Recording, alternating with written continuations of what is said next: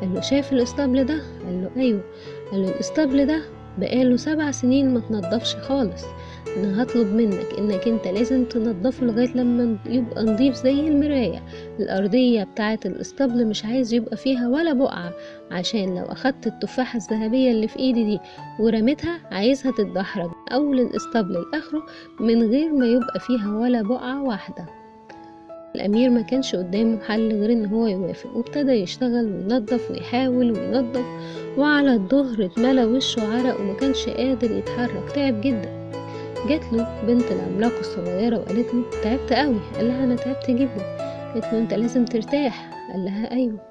قالت له اقعد طيب هنا ونام وأنا هحل الموضوع. قال لها أنا هعمل إيه؟ أنا كده كده هموت، أنا هاجي واستريح واقعد وانام. وقعد جنبها ونام. لكن لما صحي بص لقى الاسطبل نضيف جدا، وبص لقى العملاق